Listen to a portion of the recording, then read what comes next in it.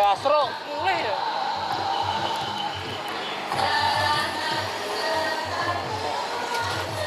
Sama pokoknya. Sama perene.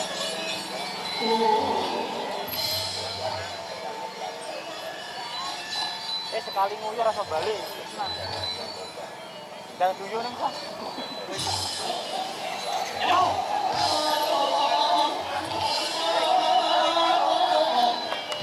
Barang dulu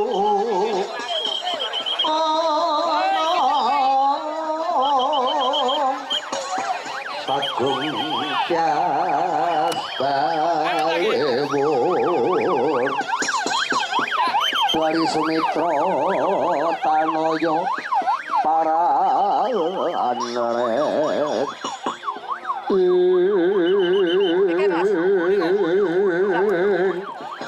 ini ngomong kamu kanjeng iki ya cakap piro batara ya cakap panestoro hoyang urip puniku paring gawe marang sira anak wadon siji-siji ya mung wae kowe karo aku iki tinodrat dadi kawula dasih papan ning desa Kasihan Najanda puniku sawijining warondo najanda puniku sawijining wulanjar wiwit kowe lair ngantos mono wis dinilarti ning swargi bapak ning aku kudu iso ngluwentah kowe nganti tutup tekaning diwasa ya iki ning tak jarwani pirang-pirangane dina iki ana pekabaran ingkang setemah dados bingung pengrasane puniki pengrasa menapa kanjeng iku ngene ya lini Tuhan ono awake iki urip ana negara ingkang diarani negara Medang Kamulan negara kene iki kowe weruh dhewe ratune Angkara Murka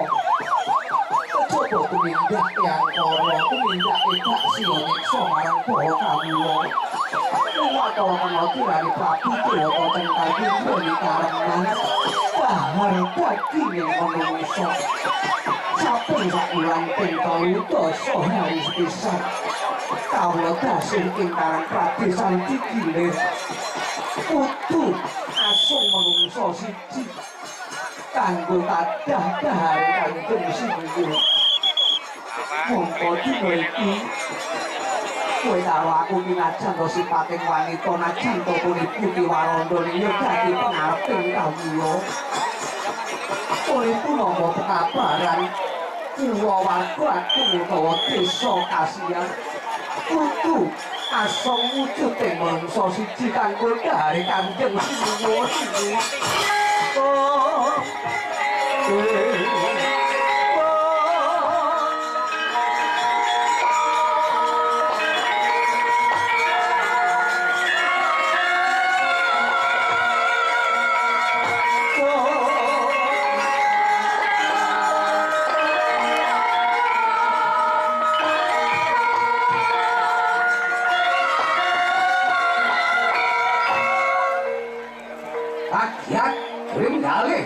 Ingkang putra Palestri Sang Dewi Larasati para mutu midhanget para Dewata Cengkar kajatah ana ing desa Kasihan urip penggali Sang Dewi Larasati bingung rasane nengge Sang Rondo Kasihan apa baya sapa kang bakal kinaya dadi kadhong tetadah dhateng dari Sang Prabu Dewata Cengkar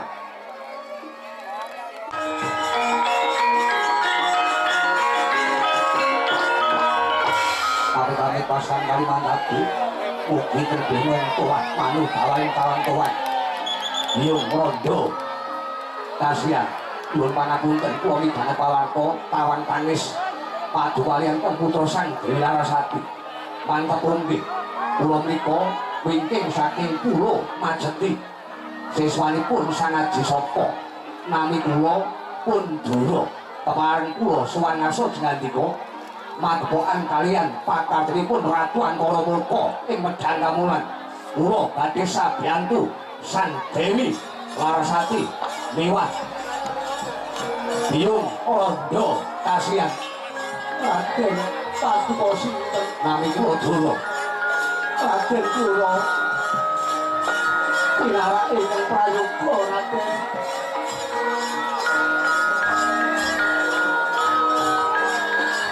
ampun kuwatir samangsa-mangsa wong medhang kamulan badhe nadah kala mangsa wong kasihan kula ingkang kinarya dadi bebantene matur suwun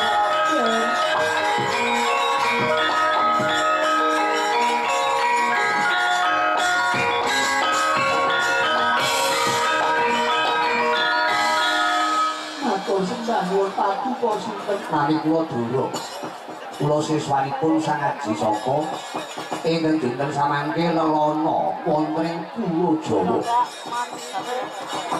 kula menika wingking saking Pulo Majuti anggenipun lelana Sang Guru kula Aji Saka menika tetulung marang pepadaning urip sing nglampahi tapa ngrami dados kula midhanget pawarta patuampun ngantos kuwatir samangsa-mangsa ana pangawi Prabu Dewa tengkar karem dahar daging menungso kula lan para siswa ingkang saka Majuti ingkang saguh sabiyantu dhateng Paduka Rondo kasihan miwah kawula ing desa kasihan kaya wasana dunya amune ragu mampang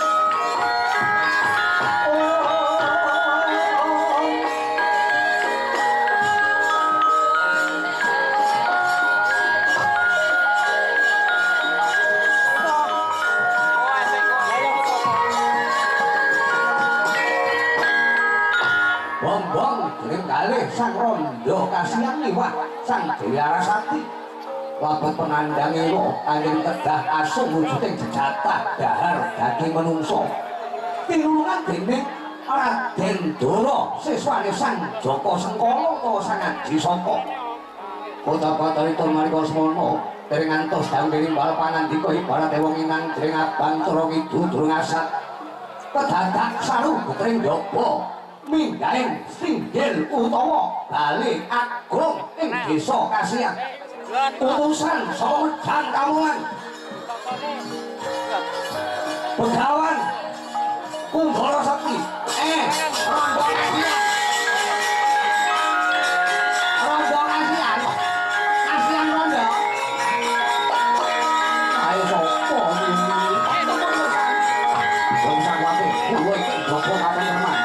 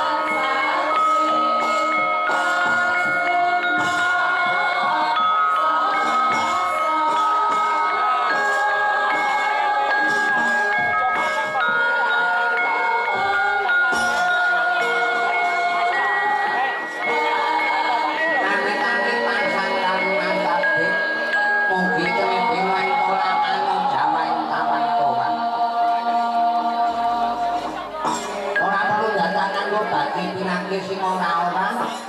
Iki kowe sing diarani pengarepe wong desa kasihan.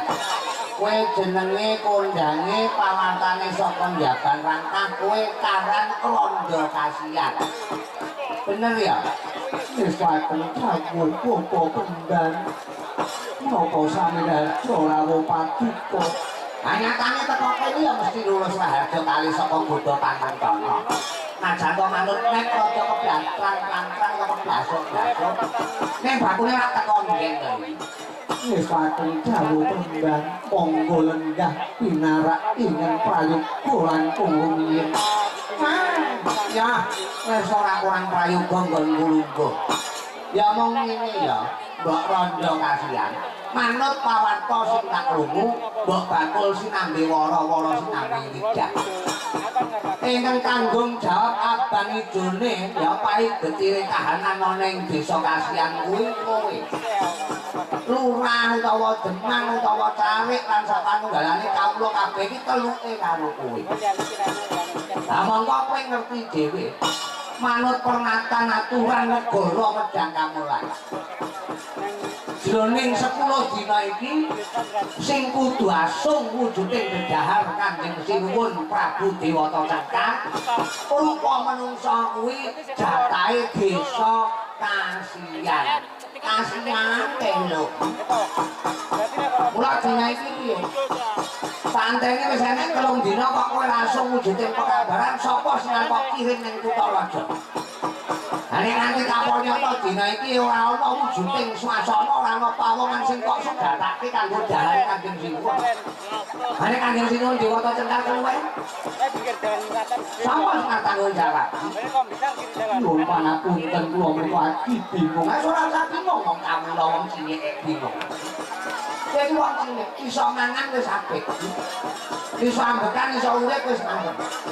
Nek watara kowe kudu ngerti. Uripmu kapurba dening Sinuwun Prabu Dewata Cangkar. Sapa ratune dhewe? Dewata Cangkar. Ayo sapa sing arep asungke wujuding pawongan kanggo dhahare Kanjeng Sinuwun. Nek nganti ora ana wujuding atur kanggo mathok saka kowe, aja takon dosa. Amin desamu sing cilik iki. Nek perlu ora kowe Rondo Kasihan, ora anakmu, ora kawula desa Kasihan sak kabeh. Nek perlu desamu ki tak dadekke bumi angus kanggo dhahare Kanjeng Sinuwun. Nuwun pangapunten kendang. Soalnya